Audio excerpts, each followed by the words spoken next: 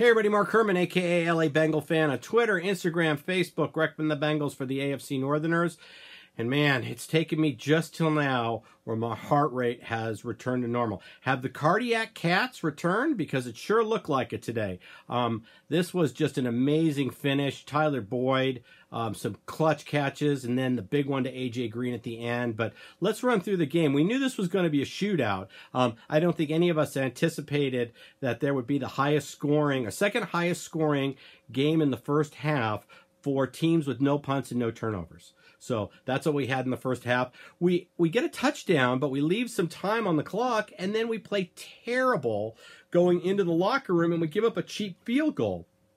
Coming out in the third quarter, you know, I always talk about how the Patriots are really good at scoring right before the half and scoring coming out of the tunnel. Not us. We scored, then gave up the field goal. We go to half, we come out. We could not have had a worse start to the third quarter. I know all of our thoughts and prayers are with Tyler Eifert. That was just a gruesome ankle injury. It's season ending. Probably it might be career ending. I don't know. That was just watching him laying there with his foot going with his foot pointing in the wrong direction. You got it right away. And we all saw him crying when they took him into the tunnel. I wish the cameras would give him his privacy, but we all saw him just, you know, put his hands over his face and start sobbing. Just our thoughts and prayers are with you. We lose Tyler Eifert, and the next two plays are an absolute disaster. Fortunately, our defense holds them to a field goal, which was a minor victory. The go-ahead touchdown that the Falcons scored after that, Dre just got completely torched, following Nickerson, who left Julio Jones open on a third down. Getting off the field on third down continues to be a major deficiency for us and for the Falcons today, but it's a problem going forward. Hopefully things will change next week when we get Tez back. Also, we had a TD. We scored what I thought was going to be the go-ahead touchdown, and that was called back for an illegal hands to the face called on Bobby Hart, and I watched the replay. We rewound it here. I couldn't see the penalty. That was a really ticky-tack call to take away our touchdown. But in the end, we ended up getting the ball back. Bengals hold them to a field goal. We're chasing 5, coming down at the end of the game. Cordy Glenn had a really hard time on that last drive. I don't know if they mixed stuff up and saved it for the end, but Vic Beasley was just a beast on the last drive. Cordy Glenn had a couple protection breakdowns.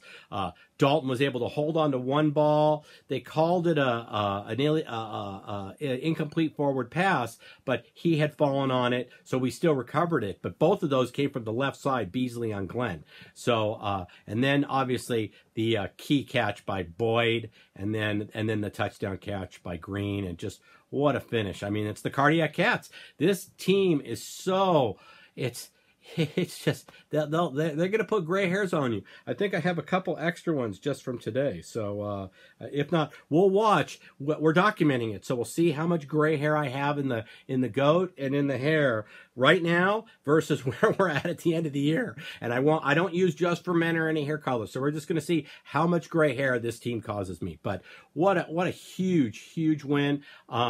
I said we just need to grab 1 out of 2. Didn't think it would be this one, and didn't think it would be this one in this kind of fashion. But what an exciting game. It's what the NFL wants. Hey, you know, you got a 37-36 shootout. Hats off to the Falcons, who played a very tough game. I mean, this was one of those, you saw from the beginning of the game that this was going to be a decided on the last possession kind of game, and that's what it turned out to be. I feel bad for the Falcons. You know, they scored 37 last week and 36 this week, and they lose both games. They have some serious work to do, 1-3. But we're coming home 3-1.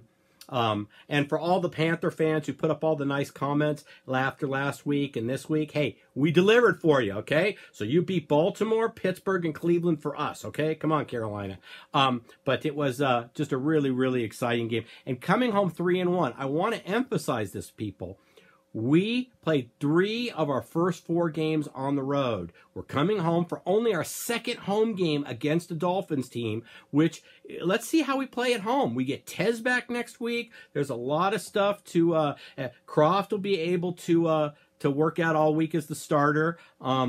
I don't know if we'll go out and get more help at the tight end. We'll see, but it's a huge win getting home. This is we're gonna come home and we'll preview the game coming up this week. But just a really exciting game. Cardiac Cats, they're back, baby. So I will sign off as I always do with fuck Marvin Lewis, who did everything he could clock management-wise to screw us today, and fuck Mike Brown till we get back to the Super Bowl. But coming home, 3-1, Miami next week. I'll have my game preview up, and hoo-day, everybody. Have a good rest of your Sunday.